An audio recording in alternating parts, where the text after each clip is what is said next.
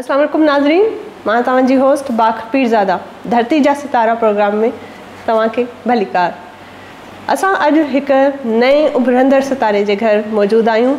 तव्हां ॾिसंदव उन जी ज़िंदगी, उन जी शख़्सियत जा मुख़्तलिफ़ पहलू, हिकिड़ा उहे पहलू जेके उमूमन नॉर्मली माण्हू लिकाए रखंदा आहिनि पंहिंजी पर्सनल लाइफ ते, पंहिंजी पर्सनल हिकिड़ियूं हॉबीज़ हूंदियूं आहिनि जेके माण्हू सोशल मीडिया ऐं सोसाइटी खां लिकाए करे रखंदा आहियूं। पर असांजे प्रोग्राम में जीअं तव्हांखे ख़बर आहे त असां अक्सर पर्सनल मैटर्स ते ॻाल्हाईंदा आहियूं, पर्सनल सवाल कंदा आहियूं। हिकु उभरंदड़ सियासतदान, नौजवान सियासतदान, GTA जा को कमेटी जा मेंबर मखदूम मोहसिन साहब, अस्सलाम वालेकुम। वालेकुम सलाम मैडम। कहिड़ा हाल आहिनि सर तव्हांजा? अल्लाह जो अहसान, तव्हां ठीकु आहियो? मां ठीकु ठाक बिल्कुलु। अॻु में त मां तव्हांजी थोराए थी त तव्हां पंहिंजी हिकिड़ी बिज़ी शेड्यूल मां टाइम कढियो आहे असांजे लाइ। न तव्हांजी महिरबानी, तव्हां मूंखे त इन क़ाबिल सम्झो त तव्हां प्रोग्राम कयो ऐं तव्हांजो प्रोग्राम तमामु बहितरीनु थिए पियो ऐं मूं तव्हांजा प्रोमोस बि ॾिठा ऐं त आउं सम्झां थो हिकिड़ो तव्हां सुठो गेस्चर वरितो आहे जो तव्हां हिकिड़े नए प्रोग्राम जी तरफ़, छो त असां वटि नई क्रिएशन तमामु घटि हूंदी आहे। जी जी, मतिलबु रिवायती शयूं हलंदियूं आहिनि। तव्हां वटि जीअं असांजी सियासत में त रिवायती शयूं हलंदियूं आहिनि, पर तव्हां वटि मीडिया में बि अक्सर हिकिड़े ई तर्ज़ जा प्रोग्राम थींदा आहिनि। हीअ कुझु डिफरेंट शइ आहे जेका तव्हां सिंधी मीडिया खे ॾियण जी तरफ़ वञो पिया ऐं आउं सम्झां थो तमामु ख़ुशाइद आहे। बिल्कुलु, thank you so much sir. तव्हां अॻु में त ॿुधायो त तव्हां हिकु जी नंढड़ी उमिरि में तव्हां सियासतदान इन शोबे में तव्हांजो हिकिड़ो ख़ानदानी वॾो हिकिड़ो इन में रोल प्ले करे थो। पर इन खां अलावा तव्हां जेका नवाण जी ॻाल्हि कई, तव्हां पाण जी तव्हांजी छा प्लैनिंग आहे त इन शोबे में नवाण जे तौर ते तव्हां कहिड़ियूं नयूं ॻाल्हियूं, नयूं के नवां रूल्स के तव्हां क्रिएट कंदव, के नवां के प्रोग्राम ठाहींदव? मैडम, पहिरीं ॻाल्हि इहा आहे त ॾिसो, आउं शुरू खां वठी बिलीव कंदो आहियां त रिवायतूं या जेके तरीक़ेकार पुराणा आहिनि उहे हूंदा ई टुरण जे लाइ। ऐं तव्हां जॾहिं नयूं शयूं मुतारिफ़ कंदव, नयूं रिवायतूं क़ाइमु कंदव, तॾहिं तव्हांजी हिकिड़ी अलॻि शनाख़्त ठहंदी। हाणे जीअं तव्हां ॾिसो त असां वटि असांजो जीअं तव्हां चयो असांजी बिल्कुलु पुराणी, तव्हां नऊं मूंखे सियासत में त चवंदा अची सघो, छो त असांजी हिकिड़ी पुराणो आबा अजदाद खां पॉलिटिकल बैकग्राउंड आहे। मुंहिंजो ग्रेट ग्रैंडफादर उहे बॉम्बे जॾहिं ब्रिटिश इंडिया हो तॾहिं बि उहे 2-3 दफ़ा ब्रिटिश इंडिया जी नेशनल असेंबली जा मेंबर इलेक्ट थिया। ऐं असां वटि हिकिड़ो पुराणो सिलसिलो हले थो। असांखे वरी इहो एडवांटेज ज़रूरु आहे त वॾनि जो तजुर्बो असां वटि शिफ्ट थींदो थो हले। मतिलबु 800 हज़ार सालनि खां वठी हिकिड़ो तजुर्बो आहे, हिकिड़ो लाइन अप उन सिलसिले खे कंटिन्यू कंदा था अचूं। पर उन में जीअं मिसाल हिकिड़ी रिवायत असांजे ख़ानदान जी हूंदी हुई त अॻे को बि वोटर ईंदा हुआ या मुरीद ईंदा हुआ त उन्हनि खे पट ते विहारियो वेंदो हो। असां इहा रिवायत ख़तमु कई। असां हाणे वोटर अचे या असांजो सपोर्टर हुजे या को दोस्त हुजे या इवन भले असांजो को मुख़ालिफ़ वोटर बि हुजे, तव्हां असां वटि ॻोठनि जे बंगलनि ते ईंदो, हाला वारे घर ते असां वटि ईंदो, हाला वारे हाला हाउस ते केरु ईंदो त तव्हांखे को बि माण्हू पट ते नज़र कोन ईंदो। उते असीं पहिरीं त माण्हू में असीं बिलीव कयूं था त बराबरी हुजणु खपे। तमामु बहितरीनु ॻाल्हि हिकिड़ी आहे तव्हां ॻाल्हि कई, वॾी ॻाल्हि आहे जेका रियलाइज़ करणु तमामु ज़रूरी आहे। अॼुकल्ह जे जेके वॾा सियासतदान आहिनि, पॉलिटिकल लीडर आहिनि, उहे तमामु इन ॻाल्हि खे एक्सेप्ट कनि त इहा हिकिड़ी वॾी चेंज अची वेंदी, हिकिड़ी नवाण अची वेंदी असांजी सोसाइटी में। असां वटि छा आहे मैडम त माण्हू चाहिनि था त जंहिं सिस्टम तहत कमु हले पियो उहे हलंदो रहे, नई शइ खे एक्सेप्ट करण जे लाइ केरु तयारु कोन्हे। हाणे जीअं मिसाल तौरु असांजी फील्ड में बि मुश्किल सां नंढी एज जे माण्हुनि खे, हा ठीकु आहे असां वटि त हिकिड़ो ॿियो आहे त असांजी हिकिड़ी पुराणी फैमिली बैकग्राउंड हो, पर जे मिसाल तौरु मुंहिंजो पॉलिटिकल बैकग्राउंड न हुजे हा त शायदि आउं एॾो ईज़िली पॉलिटिक्स में एंटर न थी सघां। जी बिल्कुुलु। नए माण्हू खे त केरु एक्सेप्ट करण लाइ तयारु ई न आहे। त असांखे इन सोच खे ठीकु करण जी ज़रूरत आहे। ऐं ख़ासि करे आउं सम्झां थो त जेके उन में वॾे खां वॾो किरदारु असांजी अवाम जो आहे। हाणे मिसाल को नौजवान, को नई एज जो माण्हू जे पॉलिटिक्स करणु चाहे थो या इवन कंहिं बि फील्ड में जेका सुठी ॻाल्हि करणु चाहे थो त हुनखे पहिरीं त निधियो थो वञे त बाबा तोखे तजुर्बो कोन्हे। बिल्कुलु। ऐं चवंदा त तजुर्बेकार माण्हुनि जो कमु आहे। सम्झां थो त नौजवान माण्हुनि जो कमु आहे। ज़रूरी थोरी आहे त तव्हां 60 साल जा थियो, ओॾी महिल त माण्हू खे सिहत जी इजाज़त कान थी ॾे, माण्हू जा गुर्दा ख़तमु थियो था वञनि। बिल्कुलु, जेतिरो माण्हू प्रैक्टिकल कंदो ओतिरो माण्हू वधीक बहितर थींदो वेंदो। पर आउं सम्झां थो त तजुर्बे बि वॾो इम्पोर्टेंट आहे उन में। पर उन जो मतिलबु इहो कोन्हे त तव्हां नौजवाननि खे अॻियां ई न अचणु ॾियो। ऐं सम्झां थो वॾनि जे तजुर्बनि मां माण्हू काफ़ी क़दुरु सिखियो थो वञे, जेको आउं पंहिंजो पर्सनल एक्सपीरियंस तव्हांखे ॿुधायां पियो। जी बिल्कुलु, तव्हांजी बिल्कुलु सही था ॻाल्हि कयो। तव्हांखे जीअं तव्हां हाणे ॿुधायो त तव्हांजा वॾा ऑलरेडी हिन सियासत में आहिनि, हिकिड़ो कमु करे चुका आहिनि वॾे पैमाने ते, वॾे लेवल जो। थोरो बर्डनाइज़ फील थींदो अथव त हाणे हिकिड़ो लेवल आहे, हिकिड़ो रिकॉर्ड आहे जेको हाणे क़ाइमु करिणो आहे या उन लेवल ताईं कमु करिणो आहे, त कुझु अहिड़ो कमु न थी पवे, मूंखां का ग़लती न थी पवे, हिकिड़ो ज़िमेदारी हूंदी आहे जेका फील थिए। मैम अलाह जो शुक्र आहे, शुरू खां वठी मूंखे हिकिड़ो कॉन्फिडेंस जो त मसइलो कोन्हे। हिकिड़ा माण्हुनि जा हूंदा आहिनि प्रोफेशन, हाणे जीअं मिसाल मुंहिंजो बिज़नेस या ज़राअत सां वाबस्ता मुंहिंजो हिकिड़ो प्रोफेशन आहे, रोज़ी रोटी आहे, सभिनी खे महिनत मज़दूरी करणी आहे, पर उहो आहे मुंहिंजो प्रोफेशन आहे। पॉलिटिक्स मुंहिंजो पैशन आहे। हमेशह मूं पॉलिटिक्स खे पंहिंजो, मूं पाण ते ईअं कोन सम्झंदो आहे त पॉलिटिक्स मूं ते का ज़िमेदारी आहे या मूंखे ज़िमेदारी महसूसु करणी आहे या तक जे माण्हुनि खे टाइम ॾियणो आहे या नेशनल मीडिया ते मूंखे टाइम ॾियणो आहे, या आउं पंहिंजी ज़िमेदारी खां वधीक आउं पंहिंजो पैशन सम्झां थो। उनजे करे मूंखे कॾहिं बि जीअं मिसाल पॉलिटिकल कमु कंदे जे मूंखे 20 कलाक कॾहिं थी था वञनि त मूंखे बर्डन फील कोन थो थिए। अलबत्ता जे आउं पंहिंजो कारोबार खे टाइम ॾियां थो या इवन ज़राअत खे टाइम ॾियां थो त पोइ 5-7 कलाक खां पोइ माना फील थींदो आहे त जहिड़ो को तमामु वॾो थी वियो आहे कमु।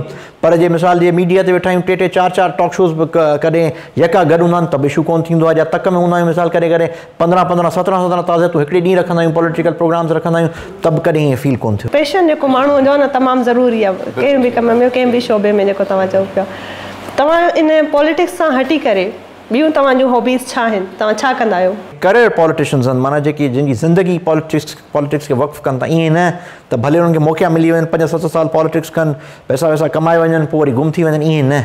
जिन खे माना ज़िंदगी सॼी पॉलिटिक्स करणी आहे, जेसीं साह आहे ज़िंदगी में, त उन्हनि खे आउं सम्झां थो त इन खां सवाइ पोइ घटि ई टाइम मिले थो। बाक़ी मुश्किल सां जॾहिं बि टाइम मिलियो थो वञे त जिम खे बि टाइम ॾियूं था, वॉक जो बि टाइम कढूं था।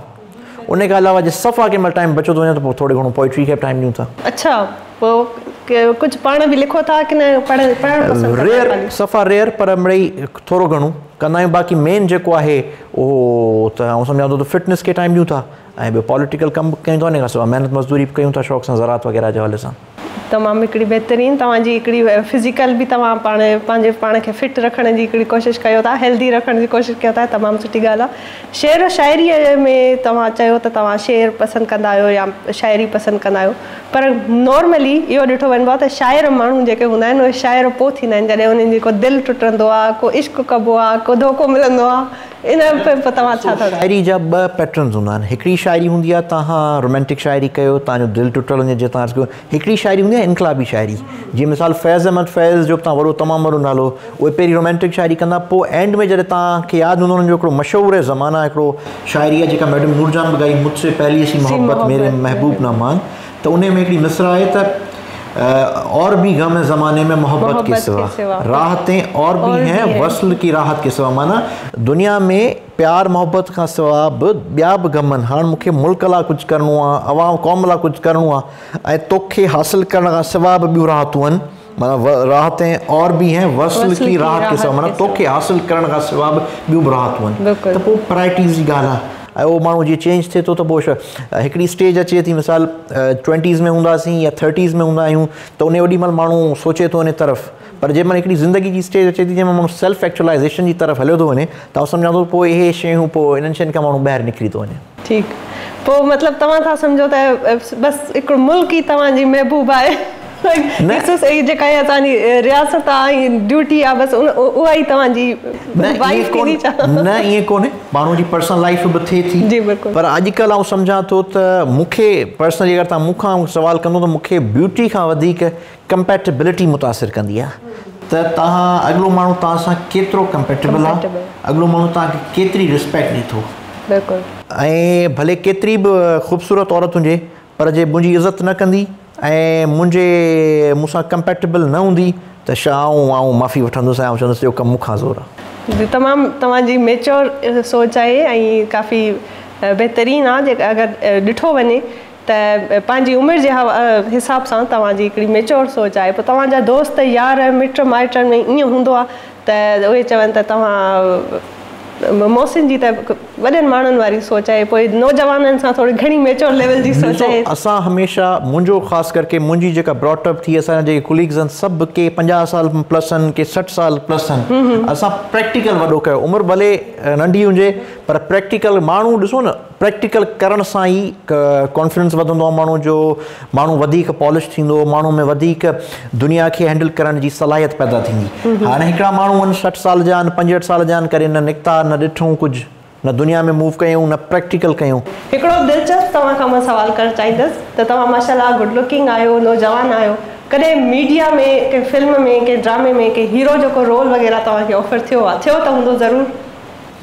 मैडम मुंहिंजो असल में मीडिया सियासतदान ऐं मीडिया ऐं सम्झां थो त हिकिड़ो अहिड़ो रिश्तो आहे, फैमिली वांगुरु रिश्तो आहे। त हाणे असीं हू मीडिया ते फ्रीक्वेंटली वञूं था, बाक़ी हाणे ज़ाहिर इहो तव्हां वारो एक्टरनि वारो कमु त असां खां कोन था करे सघूं। बाक़ी आउं सम्झां थो त असां वटि हिकिड़ो ट्रेंड ग़लति थी वियो आहे त जेको सियासतदान हूंदो उहो घटि एजुकेटेड हूंदो, फिट बि कोन हूंदो, पेट बि वॾो हूंदुसि, राशि बि हूंदो, शिकिल बि बदशिकिलो हूंदो। असांखे असीं ने ट्रेंड खे ठीकु करण जी ज़रूरत आहे त सियासतदान फिट थी सघे थो, सियासतदान पढ़ियो लिखियो बि थी सघे थो, सियासतदान ईमानदार बि थी सघे थो, सियासतदान ख़ूबसूरत बि थी सघे थो। असां इन ट्रेंड खे ठीकु करणु वञूं था ऐं ॾिसो कमु मिलंदड़ जुड़ंदड़ आहे। जीअं तव्हां एक्टिंग जी हवाले सां चयो त हाणे एक्टर बि पंहिंजे पाण खे ठाहे फिट थी टीवी माण्हुनि जे अॻियां वेंदा, उन्हनि खे बि करोड़े माण्हू ॾिसंदा, असांखे बि जंहिंमें करंट टॉक्स जा प्रोग्राम करणु वञूं असांखे बि करोड़े माण्हू ॾिसनि था। जी जी बिल्कुलु, वर्ल्ड वाइड बि ॾिठो वञे त काफ़ी दुनिया जो बहितरीनु हिकिड़ो गुड लुकिंग आहे कैनेडा जो प्राइम मिनिस्टर जस्टिन ट्रूडो। हाणे लॻे थो त हाणे नेक्स्ट वरी असांजो पाकिस्तान जो सिंध जो थींदो। इन दिलचस्प सवाल जवाब जो मरहलो जारी रहंदो। हींअर वरी असां ब्रेक खां पोइ हाज़िर थींदासीं, तेसि ताईं असां मोहसिन साहब सां गॾु थोरो घर जो दौरो करे पिया वठूं, ॾिसी था वठूं। सर हलो।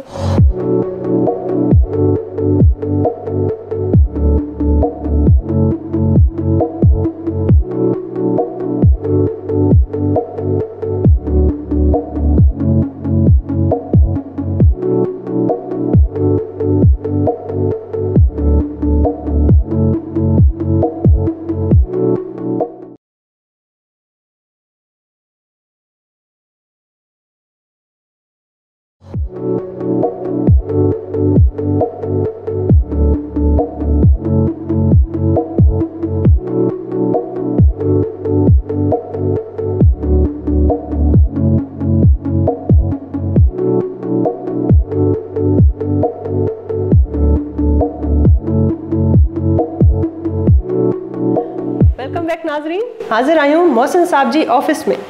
असां हिकिड़ो दिलचस्प सवालनि जो सिलसिलो पे जारी रहियो असांजो, जेको ब्रेक जी वजह सां विच ते गैप अची वई, वरी उनखे जारी रखंदासीं। सर तव्हांजो ही ऑफिस में वेठा आहियूं, तव्हां हिते वेहंदा आहियो, पर अक्सर ऑफिस में माण्हू वेही करे थकिजी पवंदो आहे, पोइ चवंदो आहे पोइ भला म्यूज़िक हलायां या कुझु अहिड़ो कुझु टीवी हलाए ॾिसां, का मूवी वग़ैरह ॾिसां। पोइ तव्हां इन हवाले सां तव्हांजो छा हलाए, म्यूज़िक वग़ैरह पसंदि कंदा आहियो तव्हां? बिल्कुलु मैडम, आउं सम्झां थो त मौसीक़ी हिकिड़ी रूह जी ग़ज़ा आहे ऐं म्यूज़िक त आउं सम्झां थो त हर माण्हू खे ॿुधणु खपे। ऐं आउं त बिल्कुलु तव्हां दुरुस्त था चओ, ऑफिस में ज़रूरु वेहूं था कि कारोबार रिलेटेड कम बि थियनि था, सियासी माण्हू बि अचनि था, मिलनि कनि था, पर तव्हांखे नोट कंदो त ऑफिस में बि साम्हूं टीवी तव्हांखे नज़र ईंदी। बिल्कुलु। त इन में अॼुकल्ह टेक्नोलॉजी जो ज़मानो आहे, पोइ जेको बि स्मार्ट टीवी ते जेको बि तव्हां लिखो त गाना अचो था वञनि। पोइ अक्सर मूंखे वरी असल में पुराणे क़िस्म जी मौसीक़ी अट्रैक्ट कंदी आहे, जीअं माना पुराणे ज़माने जा इंडियन गाना हुजनि या क्लासिकल या पुराणा पाकिस्तानी, जीअं अताउल्ला ख़ान ईसा खिलवी थी विया या मैडम नूरजान थी वई, त पोइ केॾी महिल लॻाए छॾींदा आहियूं, पोइ ईअं सुठो टाइम गुज़री वेंदो आहे। पर मोस्टली माण्हू अकेलो हुजे ऐं राति जो टाइम हुजे पोइ इन शइ जी ज़रूरत आहे। तव्हां प्रिफर कंदा त उन टाइम में केरु तंग न करे, बसि मां मौसीक़ी पंहिंजी हलाए ऐं बसि इंजॉय कयां पंहिंजे पाण खे। मुंहिंजी हिकिड़ी डिफरेंट नेचर रही आहे। कुझु माण्हुनि जी मिज़ाज रहियो आहे त उहो शायदि पसंदि कनि था त फैमिली वारो सिस्टम हुजे, माण्हू गॾु रहनि। ऐं हमेशह हिकिड़ो रिज़र्व क़िस्म जो माण्हू रहियो आहियां ऐं आउं अकेलो रहणु पसंदि कंदो आहियां इन personal life, not in a professional life. Professional त असांजो कम ई माण्हुनि सां गॾु आहे, पर जे माण्हू चाहींदो आहे जे माण्हू घर में हुजे, पर्सनल लाइफ ईंदो त पोइ केरु डिस्टर्ब न करे, अकेला ई इंजॉय कंदा। हिकिड़नि माण्हुनि जो मिज़ाज हूंदो आहे त बार बार ॿाहिरि निकिरंदा अंदरि ईंदा। ऐं मूंखे यादि आहे त कॾहिं कॾहिं ॾेढ ॿ ॾींहं मां रूम मां कोन निकिरंदो आहियां जेको कम जी तक़ाज़ा न हूंदी आहे, त बि मूंखे फील कोन थींदो त शायदि को इशू आहे या छा। इन जो एग्ज़ाम्पल आहे त मूं दुनिया जी काफ़ी क़दुरु दुनिया मूं ट्रैवल बि अकेले कई आहे।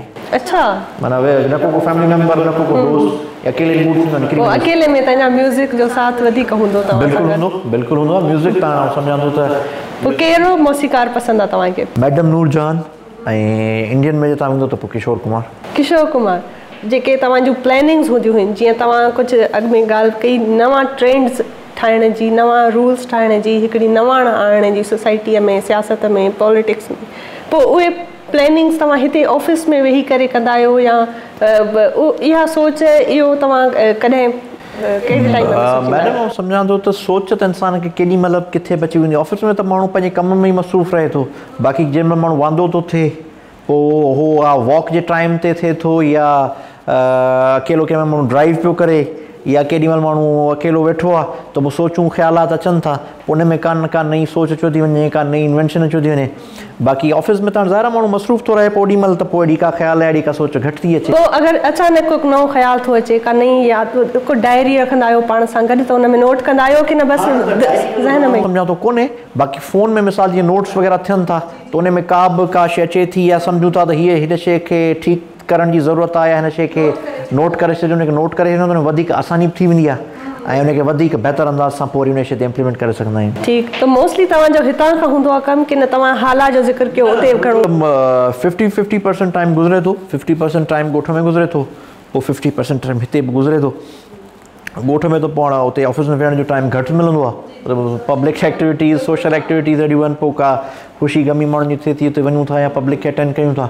बाक़ी हिते आहियूं त पोइ हिते टाइम मिले थो, पोइ कॾहिं कारोबार रिलेटेड माण्हुनि सां मुलाक़ातूं थियनि थियूं, कॾहिं सियासी रिलेटेड, पर जीअं मूं तव्हांखे पहिरीं अर्ज़ु कयो त सियासत ऐं सम्झां थो हिकिड़ो फुल टाइम जॉब आहे, तव्हांखे पंहिंजी ज़िंदगी इन फील्ड में वक़्तु करणी थी पए। जेके माण्हू इन खे पार्ट टाइम सम्झनि था त पोइ इलाही सारा माण्हू ठहनि जेके सियासत खे प्रायोरिटी नथा ॾियनि, त पोइ सियासत बि उन्हनि खे प्रायोरिटी नथी ॾे ऐं पोइ नाकाम रहिजी था वञनि। पोइ ज़िंदगी जे मेन स्टेज ते चवंदा यार मज़ो कोन थियो, मज़ो इन करे कोन थियो, तव्हां बि उन फील्ड सां 100% जेसिताईं तव्हां न ॾी कहिड़ी फील्ड 100% घुरे थी ऐं अला साईं कंहिंजी महिनत रायगान नथो करे।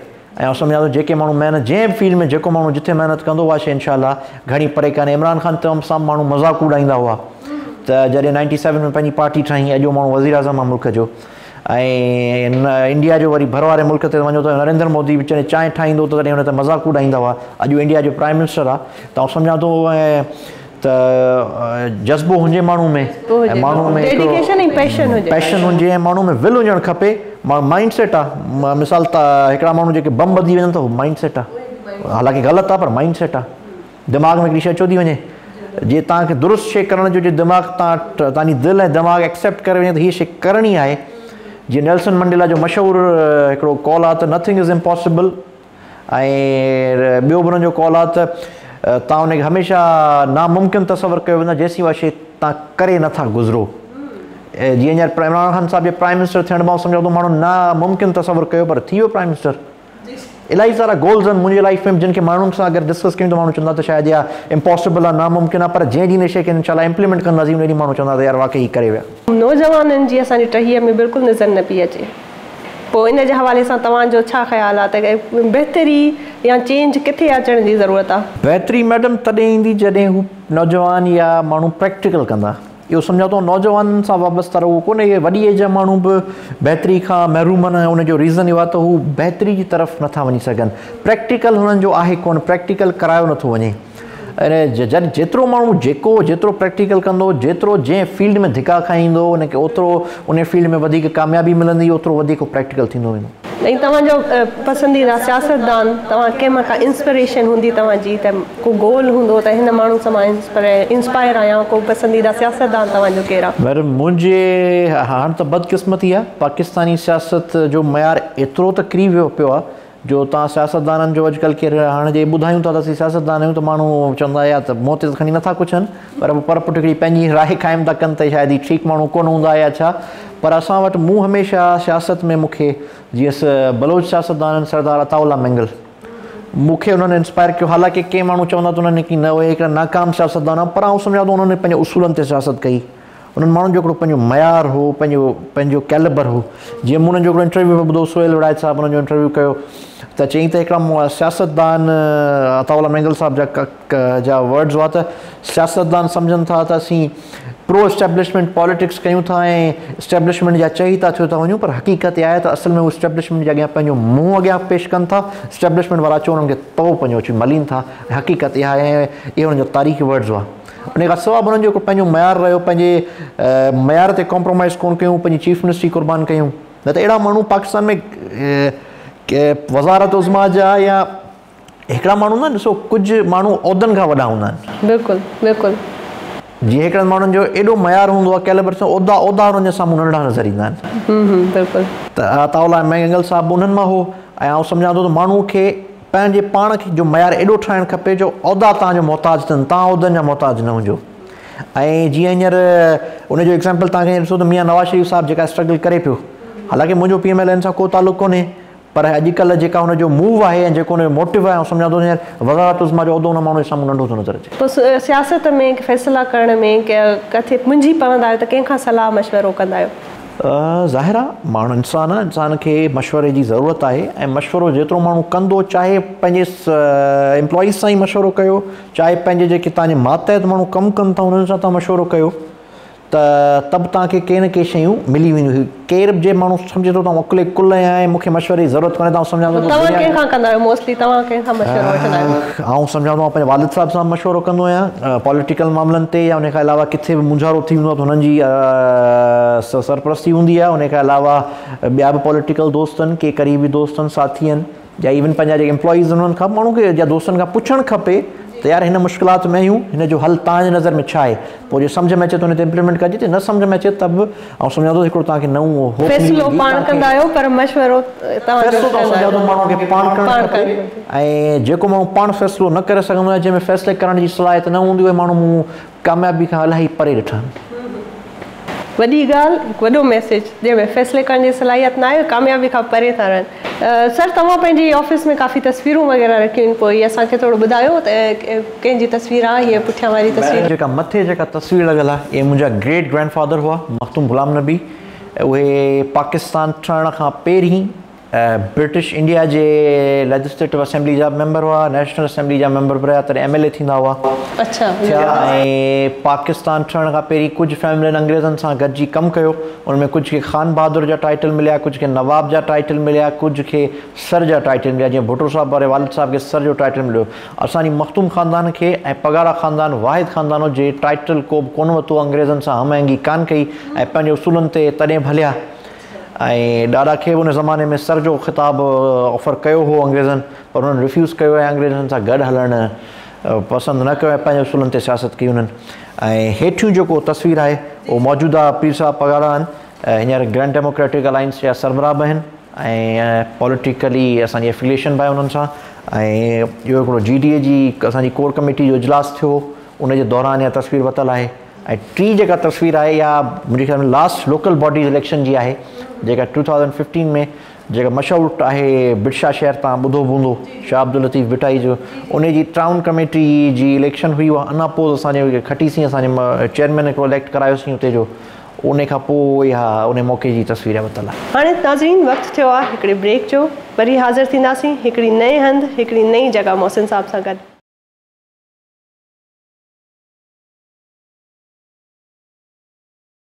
सर, ही तव्हांजो पूल एरिया आहे, पोइ तव्हां स्विमिंग वग़ैरह बि कंदा आहियो? मैडम ओकेजनली रेगुलरली कंदासीं, पर हाणे थोरो टाइम घटि थो बचे। अच्छा, वॉक खे प्रायोरिटी ॾींदो, बाक़ी कॾहिं कॾहिं वेंदो, बाक़ी उहो मेंटेन रखियो आहे। मेंटेन तव्हां रखियो आहे, सही। तमामु तव्हांजो हिकिड़ो ख़ूबसूरत एरिया आहे। तव्हांजो माशाल्लाह इन्वायरमेंट ॾिसी अंदाज़ो थिए थो त तव्हांखे हिकिड़ो ख़ुशि एरिया खपे थो, हिकिड़ो तव्हांजो मेंटेन एरिया तव्हांखे खपे थो, हिकिड़ी तव्हांजी नेचर जे हवाले सां। मैम, असल में ॻाल्हि इहा आहे, तव्हां सम्झां थो त घर त छा, माण्हू खे पंहिंजी हेल्थ खे बि मेंटेन रखणु खपे। मिज़ाजतनि माना शयुनि खे घणो पंहिंजे पाण सुठो न करे सघंदा आहिनि, बहितर न करे सघंदा आहिनि। ऐं मुंहिंजी कोशिशि रही आहे त हमेशह पंहिंजी शयुनि खे मेंटेन रखिजे, पंहिंजे पाण खे मेंटेन रखिजे, जेको तमामु ज़रूरी आहे। पर तव्हांजो जेको प्रोफेशन आहे उन में एॾी मसरूफ़ियत हूंदी आहे त मूंखे उमेद कोन हुई, पर तव्हां माशाल्लाह तव्हां हर शइ खे मैनेज करे सघो। या बि हिकिड़ी असल में मैडम छा आहे, तव्हां सम्झां थो त हिकिड़े दफ़ा सिस्टम ठाहिण जी ज़रूरत आहे पोइ चेक एंड बैलेंस जी ज़रूरत पए थी पोइ हिकिड़ो सिस्टम हली थो वञे माण्हुनि वटि सिस्टम ठहियलु घटि थो रहे सिस्टम हिकिड़े दफ़ा जॾहिं ठही थो वञे त पोइ आउं सम्झां थो त हर शइ ऐं इन्वायरमेंट जो मौसम जो तव्हांजी तबियत ते असरु पवंदो आहे की न पवंदो बिल्कुलु पवे थो ऐं सम्झां थो जीअं अॼु जीअं ख़ुशगवार मौसम आहे त हिन में माण्हू मौसीक़ी ॿुधी सघे थो ऐं मुंहिंजो ख़्यालु आहे त मौसम जी तक़ाज़ा आहे त तव्हांखे किथे ड्राइव ते वठी हलिजे ऐं वधीक सुवाल जवाब उते कजनि इहा त हिकिड़ी तमामु ऑनर्स हूंदो तव्हांजे लाइ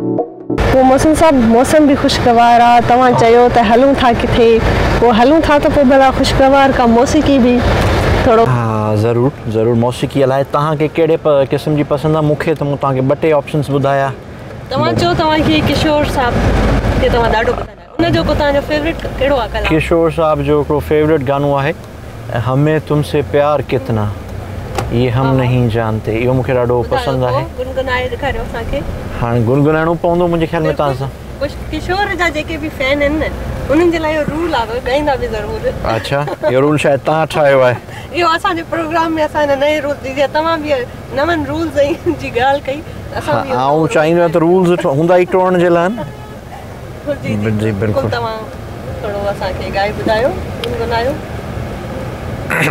हमें तुमसे प्यार कितना ये हम नहीं जानते मगर जी नहीं सकते तुम्हारे बिना हमें तुमसे प्यार मुझे ख्याल में तो काफ़ी है जी जी बिल्कुलु तमामु सुरीला आहियो तव्हां पोइ थोरो गायकी ॾे न वियो सिंगिंग हाणे असां वटि कम एतिरा थी विया आहिनि सियासत कयूं ज़मींदारी कयूं या अञा केॾी पार्ट टाइम शाइरी कयूं था शाइरी कयूं या हाणे इहो कमु करे कोन था सघूं बसि हिते स्टॉप खणी कयोसीं बाक़ी मौसीक़ी ॿुधण जे हद तक आहे इलाही ॿुधंदा आहियूं सुठा सुठा सिंगर्स खे मूंखे यादि आहे 4 साल पहिरीं सिंगापुर में हिकिड़ो कॉन्सर्ट थियो पंकज उदास जो उहो बि ॿुधणु वियोसि अताउल्ला ईसा खिलवी खे बि लाइव ॿुधाइण जे लाइ हिते घुरायोसीं ऐं उन खां अलावा बि काफ़ी क़दुरु लाइव ॿुधण जा रहिया आहियूं शौक़ीन इन हद तक आहे बाक़ी ही कमु इहा ॻाल्हि हिकिड़ी जेका वर्ल्ड वाइड तमामु मशहूरु आहे त जेके शाइर हूंदा आहिनि या जेके घणो सम्झनि था हिन शइ खे फील कनि था म्यूज़िक खे बि जेके पसंदि कनि था तमामु हसास सेंसिटिव था थियनि तव्हां आहियो भला सेंसिटिव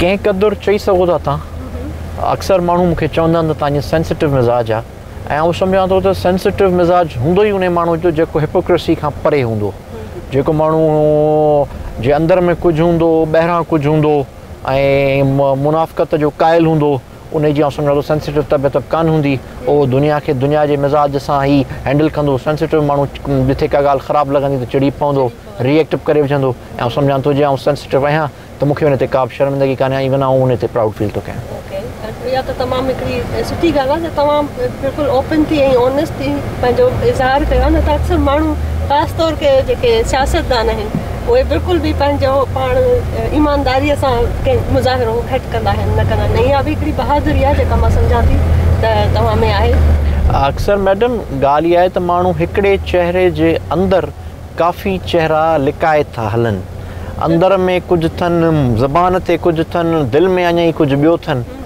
इहा आउं सम्झां थो सरासर माण्हू जो दुगलो मयार आहे ऐं अहिड़नि माण्हुनि खे आउं सम्झां थो मुआशिरे में जॻह न मिलणु खपे पर असांजी बदकिस्मती आहे जो हाणे अहिड़नि माण्हुनि खे वधीक अॼुकल्ह कामयाबु थींदा नज़र था अचनि अॼुकल्ह तव्हां ॾिसो था जेको माण्हू कूड़ बि ॻाल्हाए थो मुनाफ़क़त बि करे थो ऐं ग़लति बयानी बि करे थो उनखे माण्हू चवंदा त यार ज़हीन ॾाढो आहे कामयाबु आहे ऐं जेको माण्हू सच ॻाल्हाए थो पोइ भले हुनजो नुक़सानु थिए थो माण्हू चवंदा हीअ त बेवकूफ़ आहे ऐं सिर्फ़ु हिकिड़ो जुमिलो चवंदो आहियां त जे ग़लति बैत ई करणी हुजे हा त पोइ करबला में इमाम हुसैन बि करे छॾिया रुगो हा ई त करणी हुअसि चए हा बि न करे रुगो चए पोइ मामले खे पोइ ॾिसूं था त 72 माण्हू शहीद बि न थियनि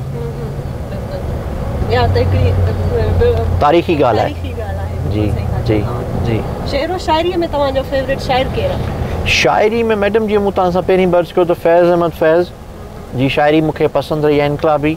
उन खां अलावा अहमद फराज़ जी शाइरी ऐं ॿिया बि मुख़्तसिर शेर व शाइरी आहिनि जेके पसंदीदा कहिड़ा शेर हूंदा के लाइनियूं बसिटूं जेके हिकिड़ो जीअं मूंखे पसंदि बि आहे ऐं पर उहो अक्सर ही लैंग्वेज जेका आहे घटि माण्हुनि खे सम्झ में ईंदी आहे। जहिड़ी मुख़्तसिर ॿ लाइनूं चऊं था त एक जुनून बेमानी एक यकीन ला हासिल क्या मिला मौसिन हमें उसकी आरज़ू करके। ज़बरदस्त ये तव्हांजो पंहिंजो मज़हब ठीक ज़बरदस्त। तव्हांजी शाइरीअ में ईअं फील थियो कॾहिं त ॻाई वञे? हा शाइरी कयो बिल्कुलु कई आहे ऐं अॻे त एतिरो लॉन्च करण जे हद तक कोन हूंदो हो शौक़ु, पंहिंजे हद तक हूंदो त रखणु, पर हाणे मुंहिंजो रिसेंटली बि हिकिड़ो गानो रिलीज़ थियण वारो आहे अनक़रीब। सिंधी मीडिया जी हिकिड़ी सिंगर आहिनि बाख लाशारी, उहे हींअर कनि पिया ऐं ॾाढो आउं सम्झां थो त माण्हुनि खे पसंदि बि ईंदो ऐं तमामु सुठो हूंदो। असां हिकिड़ो पंहिंजे ख़्यालात जो पंहिंजे जज़्बात जो इज़हार कयो आहे ऐं उमेदु आहे त माण्हुनि खे दोस्तनि खे पसंदि ईंदो। ऐं शाइर जेको सोची ॿ शेर लिखे थो जंहिं कैफ़ियत में अचे, तव्हांजे लाइ छा इहो ज़रूरी आहे त जेको ॻाइण वारो आहे उहो बि उन कैफ़ियत खे ओड़ो सम्झे त पोइ ई उन सां इंसाफ़ करे सघंदो गायकीअ में? ॾिसो, जज़्बात खां सवाइ न को शाइरी थींदी न को गायकी थींदी। जेसीं ताईं तव्हांजे अंदरि फीलिंग्स न हूंदियूं तव्हां आउं सम्झां थो त शाइरी त पॉसिबल ई कोन्हे। ऐं ॻाए त वेंदो पर जे उहो माण्हू उन अंदरि खे न फील कंदो त आउं नथो सम्झां त उहो गायकी सां इंसाफ़ करे सघंदो। ज़ाहिर आहे हिकिड़ो माण्हू पंहिंजे दिलि जो हाल जेॾीमहिल बयानु करे थो पोइ माइक जे ज़रिए करे कलम जे ज़रिए करे, जे शाइरी में माण्हू पंहिंजे कलम जे ज़रिए करे थो, ॻाइण जे ज़रिए माण्हू खे पंहिंजे माइक जे थ्रू कनि था, ओॾीमहिल माण्हू पंहिंजे ख़्यालात जो जज़्बात इज़हार कनि था ऐं ओॾीमहिल आउं सम्झां थो त माण्हूअ खे पंहिंजे पाण सां या पंहिंजे प्रोफेशन सां मुनाफ़िक़त न करणु खपे। मोहसिन साहब, पोइ तव्हां शादीअ जे हवाले सां कहिड़ियूं प्लैनिंग्स आहिनि? तव्हां कॾहिं करणु चाहींदव की उमिरि जे कंहिं हिसे में कंदव या के प्लैनिंग्स तव्हां जूं आहिनि की न आहिनि फ़िलहाल? मैडम ॻाल्हि इहा आहे त मूं हमेशह शादीअ खे ज़िमेदारी करे कोन सम्झंदो आहे। हिकिड़ा माण्हू शादीअ खे सम्झनि था त ज़िमेदारी आहे, पोइ फैमिली जे प्रेशर में अची या पंहिंजे माण्हुनि जे चकर में अची ॻाल्हि त माण्हू ॻाल्हियूं कंदा त अञा ताईं शादी छो कान कई आहे या कॾहिं थो करे, जल्दी थियणु खपे। ऐं सम्झां थो शादी हिकिड़ो अहिड़ो डिसीशन आहे जंहिंजो तव्हांजे न को प्रोफेशन सां तालुक़ु आहे न को तव्हांजे ओवरऑल माहौल सां तालुक़ु आहे। शादी हिकिड़ो इंसान जो पर्सनल डिसीशन आहे ऐं आउं सम्झां थो त मुंहिंजो बि हिकिड़ो पर्सनल राइट आहे जॾहिं बि लाइफ जी जंहिं बि स्टेज में, ज़रूरी कोन्हे त अॼु सुभाणे में, हालांकि जंहिं एज में आउं हींअर आहियां त उस काफ़ी दोस्त मुंहिंजा अहिड़ा आहिनि जेके हिन स्टेज में हुननि जा ॿ टे ॿार बि आहिनि। पर आउं सम्झां थो शादी रॻो जीअं मूं तव्हांखे पहिरीं बर्ज़ कयो त मूंखे ब्यूटी मुतासिर कान थी करे जेतिरो मूंखे कंपेटेबिलिटी ऐं जेका औरत मूंसां कंपेटेबल हूंदी, जेका औरत मुंहिंजी दिलि सां इज़त कंदी ऐं जंहिं औरत में किरदारु हूंदो, जॾहिं बि इहो कॉम्बिनेशन मूंखे इनशाला मिलियो त इनशाला शादी में देरि कोन कंदुसि। तलाश जारी आहे, बस मिलियो न आहे। तलाश त हाणे मैडम ज़िंदगी जो हिकिड़ो हिसो आहे ऐं आउं सम्झां थो त शादी सां ई माण्हू कंप्लीट थिए थो ऐं हिकिड़ो माण्हू में ठहराव अचे थो, माण्हू में मेच्योरिटी अचे थी, माण्हू वधीक ज़िमेदार थिए थो। त उहे सभु शयूं शादीअ सां ई कंप्लीट थियनि थियूं। ॿी ॻाल्हि त अलाह रसूल जो कानून बि आहे, औलाद हिकिड़ो सिस्टम आहे। पोइ बाक़ी पर उन में बि आउं सम्झां थो तकड़ि करे ग़लति फ़ैसिले खां बचिजे। जॾहिं बि को सही माण्हू तव्हांखे मिले आउं सम्झां थो त पोइ करणु खपे ऐं उन में पोइ तव्हांखे देरि कोन कंदासीं, तव्हांखे जल्दी इनशाला इन्विटेशन ॾींदासीं। ओके, बिल्कुलु इहा तमामु हिकिड़ी ख़ुशख़बरी आहे जेका तव्हांजे असांखे डायरेक्ट तव्हां खां मिली आहे। अॼुकल्ह जो जेके बि नौजवान आहिनि जी, उहे शादी बि जल्दी करे था वठनि, पंहिंजे प्रोफेशन खे ओॾो अञा सीरियस थी करे नथा सोचनि त करिणो छा आहे, अॻु में शादीअ जो सोचनि था। अॼुकल्ह जो जेको ट्रेंड आहे तव्हां ॾिसो था हिकिड़ो तमामु इमेच्योर ट्रेंड आहे, उन्हनि नौजवाननि जे लाइ भला तव्हांजो छा मैसेज आहे? ॾिसो, आउं हाणे शादीअ खे देरि सां करणु, छो त इस्लाम में आहे त शादी जल्दी थियणु खपे। हिकिड़ो कमु आउं नथो कयां दुरुस्त आहे ऐं ईअं उनखे बि जस्टिफाई कयां मीडिया ते, मुनासिबु कोन्हे। पर आउं एतिरो नौजवाननि खे चवंदुसि जे जल्दी कयो था त पोइ उनखे निभायो। इहो दुरुस्त कोन्हे त तव्हां शादी जल्दी करियो ऐं पोइ माइटनि खे प्रेशराइज़ करे तव्हां शादी बि कयो ऐं पोइ उन मां जल्दी बेज़ार थी वञो। आख़िर हिकिड़ी औरत जेका पंहिंजो सभु कुझु छॾे तव्हां सां अचो शामिलु तव्हांखे अचो, तव्हां पंहिंजो थी करे, तव्हांजे घर खे एक्सेप्ट थी करे, तव्हांजे माहौल खे एक्सेप्ट थी करे, पोइ उन सां इंसाफ़ु कयो, पोइ जेको बि आहे उनखे निभायो। नाज़रीन, अॼु असां तमामु घणो इंजॉय कयोसीं। अॼु जो प्रोग्राम अॼु जे सितारे सां गॾु तमामु बहितरीनु रहियो। जीअं तव्हां ॾिठो त मोहसिन साहब सां गॾु तमामु सुठियूं हुनजी पर्सनल लाइफ जे हवाले सां गॾु कचहरी कईसीं। ईंदड़ हफ़्ते वरी हिकिड़े नए सितारे सां गॾु हाज़िर थींदसि। तव्हांजी होस्ट वाशिंगटन।